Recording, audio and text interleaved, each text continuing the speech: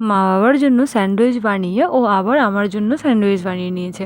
তো দেখতে পাচ্ছ আমাদের স্যান্ডউইচটা কিন্তু হয়ে গিয়েছে। তো এখন স্যান্ডউইচ যেহেতু ট্রায়াঙ্গল শেপেই ভালো লাগে, তো তার জন্য ও মাঝখান থেকে কেটে দিচ্ছে।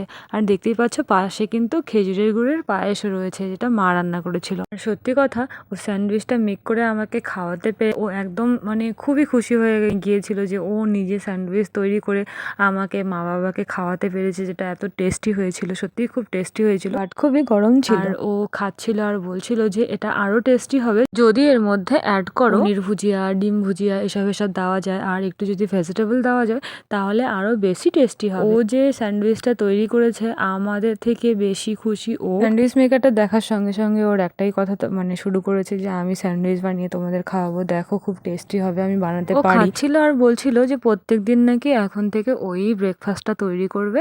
তো ওর কথা শুনে আবার আমরা হাসছিলাম যে প্রত্যেক দিন কি তাহলে আমাদের ব্রেকফাস্টে স্যান্ডউইচ খেতে হবে? তো এইসব বলাবলি করছিলাম। আর সত্যি খুবই টেস্টি হয়েছিল। তোমরা বাড়িতে কে কে এইভাবে স্যান্ডউইচ বানিয়ে খাও আমাকে জানিও কমেন্টে। আর সত্যি আমার বরের কিন্তু অনেক অনেক ভালো ভালো দিক আছে। ও ব্রেকফাস্ট তৈরি করতে পারে আর এরকম অনেক অনেক ভালো ভালো রেসিপিও জানে।